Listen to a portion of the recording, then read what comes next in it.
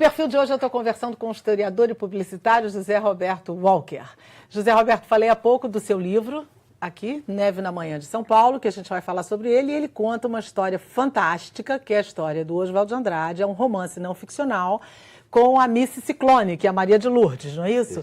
Uma menina que ele se encantou e tudo começou daí. E o Neve na Manhã de São Paulo é por conta desse encontro. Conta aí um pouquinho pra gente como é que foi isso. Por que é neve? Porque, bom, enfim, a ideia do livro é contar, narrar esta história real, que este romance entre o Oswald de Andrade e esta moça, que era uma estudante da escola normal, estudava para ser professora, na principal escola de São Paulo, que era a Escola Normal da Praça da República, que está lá até hoje, depois virou Caetano de Campos. E a história deste romance, ela ocorre principalmente em 1918, e 1918 foi o inverno mais frio da história registrada de São Paulo. E neste dia específico fez 3,2 graus negativos. E houve, de fato, uma neve em São Paulo. Não era neve de verdade, quer dizer, na realidade, a névoa da manhã estava tão frio que a névoa congelou. E é um fenômeno chamado sublimação, e ela caiu em floquinhos, em um pó sobre a cidade. Isso produziu uma impressão tremenda, e foi a única neve que São Paulo viu, né, na sua história. Eu achei que isto foi dia 26 de junho de 1918, e eu achei que era um bom momento para centralizar a história e contar o romance entre Oswald de Andrade e a Miss Ciclone. Que aconteceu a partir da Garçonnière, onde ele criou para encontrar os seus amigos. Foi isso? Exatamente. Que é na rua Líbero Badaró e que ainda está lá, né? Você descobriu que o prédio está lá. O prédio está lá. Quem frequentava isso e por que você decidiu contar essa história? Bem, os frequentadores eram todos famosos. Os modernistas? Eram os futuros modernistas, né? Tinha além do Oswald, Guilherme de Almeida, Menotti Del Picchia, o Monteiro Lobato, enfim, todos os intelectuais modernos, entre aspas, daquela época frequentaram essa Garçonnière, jornalistas e tal. Era um lugar muito agitado, muito frequentado. E a curiosidade principal é que eles fizeram um diário. Entre maio e setembro de 1918, eles compraram um livrão desses livros de ata, que existe até hoje, e eles iam anotando. Cada dia deixavam lá recados, colavam recorte de jornal, colavam cartão postal, fotografia e tudo, iam contando. Aquilo acabou contando uma história cujo personagem principal é a Miss Ciclone, porque ela, mesmo quando ela não estava ali, ela sempre foi o centro das atenções de todos eles.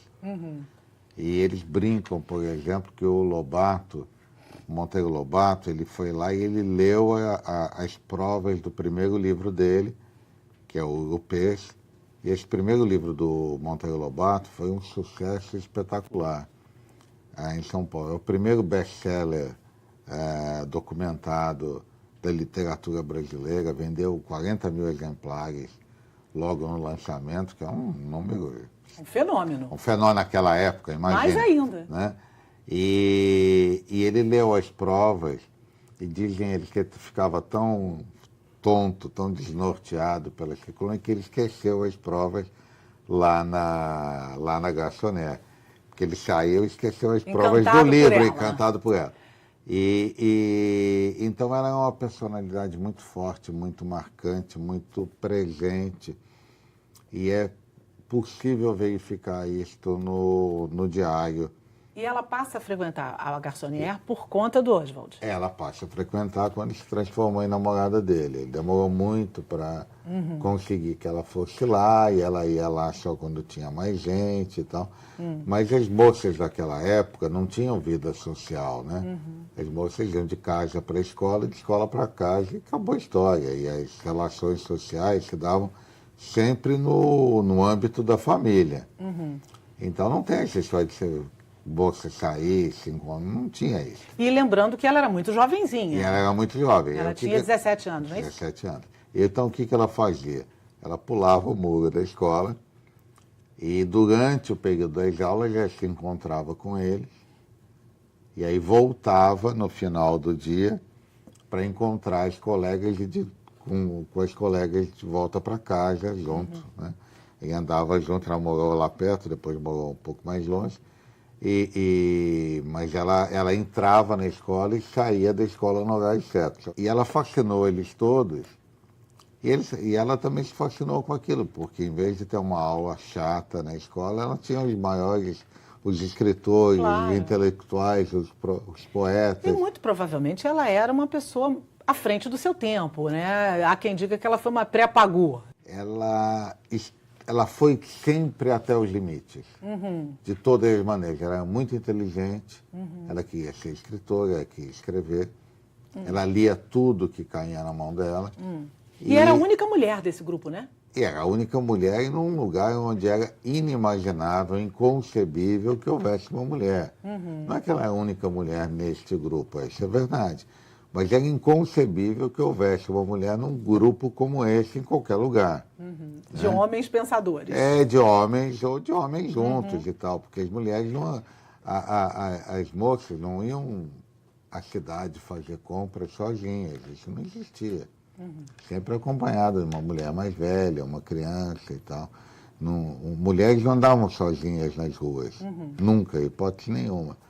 E tanto que para ela sair, fugir da escola e tal, era complicado, porque ela chamava atenção na rua. Porque era uma menina com o uniforme da escola andando pela rua. Então ela tinha que procurar um caminho que não fosse muito visto e tal, porque não existia, não era concebível. E você criou essa história toda a partir dos diários, foi isso? Os diários foram o seu primeiro caminho? Foi o meu primeiro caminho, mas não é só o diário, porque a partir do momento que eu comecei a estudar essa história, eu vi que havia muita documentação. Então nós localizamos as cartas que eram dela, as cartas entre ele e ela, as cartas dos amigos, a documentação escolar dela, porque no livro a gente vai mostrando, porque eu sabia quando ela faltou na aula, quando ela não faltou, porque até as notas, isso tudo a gente descobriu. É incrível que tenha descoberto, mas está tudo, por milagre, tudo se preservou. Então tem muita documentação. Eu refiz a documentação e consegui entender a história, inclusive consegui depoimentos de pessoas que viveram e que deixaram os depoimentos, todos já morreram, claro, mas muitos deixaram depoimentos, inclusive gravados. E eu consegui aprovar. Isso é fantástico, é incrível, né? isso, né? Porque é uma história muito antiga, início do século passado. Eu não tenho explicação para isso, honestamente. Eu não sei como que isso aconteceu. Isso foi uma coisa mas muito está lá. Que bom, e que bom, né? Está lá e que você pôde escrever sobre isso. E o prédio que todo mundo achava que não existia, que tinha que ser demolido, o prédio está lá, está intacto. E você descobriu, né? Eu descobri o prédio porque eu queria achar uma foto do prédio. Porque eu tenho muitas fotos e São Paulo é bem documentada e eu queria, para escrever o livro, saber como é que o prédio era. E aí, pesquisando nos arquivos da prefeitura, a gente descobriu o projeto original do prédio, a planta original, o arquiteto e tudo mais. E quando a gente viu a fachada do prédio no projeto, eu vi que eu já tinha visto aquele prédio. Aquele prédio estava por lá. Estava lá, então fui lá, realmente o prédio está lá e é de fato ele. Eles começaram em 1917, não é isso? 17. Na época que houve aquela grande greve em São Paulo. Isso teve alguma relação com o início do movimento deles? O início da relação? Não teve nada a ver? Mas esse período que também, um dos personagens do livro mais presente é a cidade de São Paulo. Como você falou, eu gosto muito da cidade e sou muito apegado à história da cidade e procurei estudar a vida inteira a história da cidade de São Paulo. Então a cidade é um personagem muito, muito presente no livro. E o livro mostra episódios que são marcantes da história da cidade. A greve 17, que é a maior greve que já houve em São Paulo, a cidade de fato parou, ficou praticamente uma semana parada. E aí não havia bonde, não havia energia elétrica, telefone, pão, leite, nada. As fábricas pararam, a cidade realmente parou. Que em 17 há este frio extraordinário que a cidade viveu em 1918. Em 1918 também viveu a gripe espanhola, Sim. que matou uma quantidade enorme de pessoas, inclusive em São Paulo. Uhum. E morreu 1% da população. Né? No Rio também, no Rio morreu um pouquinho mais. Mas são coisas marcantes. A entrada do Brasil da Primeira Guerra Mundial, isso tudo está no livro e faz parte desses eventos que marcaram a cidade de São Paulo. E você criou um personagem que ele meio que existiu, né, pelo que você me contou, e ao mesmo tempo você usou ele ficcionalmente, não foi isso? É a única ficção do livro, não é isso? Na realidade todos os personagens são personagens reais, que eu procurei tratar com o máximo de respeito, com o máximo de fidelidade à sua história real. A minha única liberdade foi com o Pedro, que é o narrador do livro. É um personagem real, amigo do Oswald, que fazia parte da turma, mas a partir de um determinado ponto do livro ele passa... ele é um narrador do livro, então a história dele não é exatamente como está ali. A que ele viveu, mas ele conta o que aconteceu com todos eles de uma maneira Quanto tempo você vívida. demorou para escrever? Eu demorei muito, mas, enfim, eu tenho uma vida muito agitada, então tinha sempre muitas tarefas e tal, mas o livro eu comecei em 2009, de fato, e o livro ficou pronto em 2015, 2016, mas com intervalos. E também é um trabalho de muita pesquisa, é um trabalho realmente que é lento. Tinha bastante pesquisa. Agora, por que Miss Ciclone? Miss Ciclone é um apelido que o Oswald inventou para ela. E porque ela era muito... Não é que ela fosse turbulenta, ela era indomável, ela era incontível. E esta mulher que ele não consegue, que ninguém consegue dominar, eu acho que mais que uma mulher à frente do tempo dela, ela é uma personalidade que era incapaz de se deixar dominar. Eu acho que esta talvez seja a característica mais marcante dela. Né? E tudo aconteceu exatamente por isso, porque ela era incapaz de se deixar dominar. E o Oswald nunca foi capaz de dominá-la. E esse era o drama dele, né? Reza a lenda que ele era muito mulherengo, né? Foram não sei quantos casamentos, Tarsila, apagou, deixa uma para ficar com a outra, enfim. Não é lenda, né? É real, né? É história mesmo, né? Enfim, Ciclone foi o grande amor da vida de Oswald? Então, isso é difícil de dizer, mas como estas coisas que aconteceram na pesquisa, na feitura deste livro, são coisas extraordinárias que eu não imaginei que eu pudesse encontrar, descobrir, eu localizei um depoimento de um escritor paulista chamado Marcos Rey, um escritor importante que, quando era muito jovem, conheceu o Oswald de Andrade e foi entrevistá-lo. E o Oswald, naquela época, já estava muito abandonado, ninguém falava com ele. E ele se entusiasmou com esse rapaz que ele achou talentoso e quis escrever um livro junto com ele. E aí eles combinaram de 3 vezes por semana, segundas, quartas e sextas, ele passaria de manhã na casa do Oswald e eles iam tratar do livro. E ele declara, tem um depoimento gravado dele, muito bonito, muito interessante. Ele conta que o livro nunca andou, nunca saiu, porque o Oswald era incapaz de trabalhar, de se concentrar. Ele falava o tempo todo da história da Daisy. E praticamente todos os dias perguntava pro Marcos Rey, que era um jovem, né, que não estava entendendo nada, né, dizendo, mas você acha que eu fui culpada? Você acha que eu fui preconceituoso? E você imagina um homem já à beira da morte, estava com 64 anos, morreu logo em seguida. Ele estava assim nos seus últimos momentos, o Marcos Rey fala, né? Ele estava praticamente diante de Deus e ele queria saber se ele tinha sido culpado. E vale registrar que eles tiveram um caso de amor tenaz, no entanto, ela morre de um aborto, né, um pouco depois, e eles casam-se no hospital, né? Eles têm uma história bem romanceada, né? Ele se casou, ela é a primeira mulher dele, eles se casaram em extremis, né? Ela já está morrendo. Pois é. E ele casa com ela na presença de todos eles, todos os amigos da garçonete, todo mundo vai. E ela está, isso eu conto no livro, estou adiantando um pouco, mas enfim.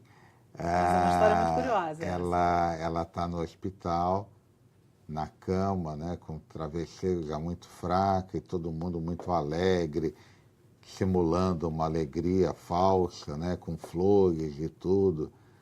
E por causa do casamento, e ela não fala nada, ela só fala que pena. Foi a única coisa que ela falou. Também está registrado. Talvez a culpa dele também venha um pouco dessa história do aborto, certamente, que foi Com complicado, certeza. né? Com Mas certeza. é uma bela história de São Paulo, é uma bela história de um momento, de um tempo, de pessoas que fizeram. Ele gerou a Semana de 22, tem muita coisa bacana nesse coisa, período, não há dúvida. né? E que parabéns pela tua iniciativa de ter pensado em escrever um negócio tão interessante. Muito obrigado. Chegamos no nosso momento literário. Eu vou indicar, a gente está falando de São Paulo, eu vou indicar Águas Cariocas, a Guanabara como Natureza. É uma publicação que tem a cooperação de Armando Magalhães Correia e Antônio Carlos Pinto Vieira. A organização é deles e eles tratam das histórias da Guanabara, contam como tudo aconteceu, contam as mudanças que aconteceram na Guanabara, no Rio de Janeiro. Enfim, é um livro que tem um apanhado muito interessante sobre a história do Rio de Janeiro. A gente mostrou aqui São Paulo, agora eu mostro o Rio de Janeiro. Aqui nas Águas Cariocas. E qual é a tua indicação, José Roberto? Que livro você nos indica? Pois é, eu sou um leitor mais ou menos voraz, leio muita coisa ao mesmo tempo. Porque eu estava até comentando com você, estava lendo aqui no caminho Amar, Verbo Intransitivo, do Mário de Andrade. Faz parte da minha pesquisa, eu estou fazendo outro livro, naturalmente você começa a escrever, não para mais. E eu estou fazendo outro livro que tem a ver, está no período que vai da Semana de Arte Moderna em 22 até a Revolução de 24. E eu estou lendo bastante da obra do Mário de Andrade, e ele tem 2 romances-chave, que são Amar, Verbo Intransitivo e Macunaíma. E eu estou lendo esse, eu acho que é Amar, Verbo Intransitivo. Está curtindo? É um bom livro, é um livro que é preciso ler para quem quer conhecer a história da literatura brasileira, do modernismo, e entender a personalidade, a escrita do Mário de Andrade. Esse livro é um livro bastante recomendável, é preciso lê-lo. A gente está chegando mesmo no final do programa. Antes de terminar, seu aplauso vai para quê ou vai para quem? Aplauso? Olha, eu acho que a gente tem que aplaudir todas as iniciativas no sentido de promover e de manter viva a cultura brasileira. Então eu falei que antes de vir para cá, passei pelo Teatro Municipal do Rio, que vive uma crise tão feroz, tão difícil, e o teatro sobrevive, está vivo, está produzindo, as pessoas estão lá trabalhando, nem sempre recebem, mas estão lá, né? Então, eu acho que o meu aplauso ia para o Teatro Municipal, que os cariocas têm que defender. Verdade. E a sua indignação vai para quê ou vai para quem? Olha, eu não me indigno com nada, eu acho que tudo faz parte da história. Eu sou dedicado a estudar história desde muito jovem e tal. Eu tenho a tendência a achar que tudo é história e do jeito que ela vai andando. Então, eu não fico indignado, porque hoje nós estamos com um período assim, de muita indignação, as pessoas falam das bandalheiras, da corrupção e tudo mais. Eu acho que nós estamos vencendo isso. Eu sou, desse ponto de vista, muito otimista. Eu acho que tudo que acontece, tudo que vem à tona e tal, contribui para construir um Brasil melhor. Eu acho que esse tem que ser o nosso foco, o nosso horizonte. A gente tem que pensar que a gente tem que construir um país lá na frente que seja melhor do que esse. Eu acho que o país que nós herdamos não tinha tudo que nós temos hoje. Ou seja, muita coisa melhorou, muita coisa progrediu. Eu acho que é este espírito que a gente deve manter. Sempre pensar num passo à frente. Isso. Obrigado, querido. Obrigado pela você, entrevista. adorei. Foi ótimo conversar com você, muito. Descobrir essas coisas maravilhosas que você escreveu e essa história é fascinante. Muito obrigado. Eu adorei. O que li, amei. Muito Super obrigada mesmo, obrigado, tá? Muito obrigado. Sucesso quando você estiver escrevendo outro, volta. Volta pra ao gente próximo. contar agora um próximo personagem. Vai demorar. Isso. Mas você volta? Não tem problema. Já está feito o convite, já está no ar. Muito obrigado. A você que esteve conosco até agora, muito obrigado pela sua audiência, por acompanhar a gente até aqui, colaborar nos ajudando a localizar as crianças desaparecidas que a gente veicula aqui na nossa programação. Se você quiser falar conosco, nosso contato é perfil@tvalerge.tv. Envie as suas sugestões. Até o próximo programa. TV Alerge, o canal do povo fluminense.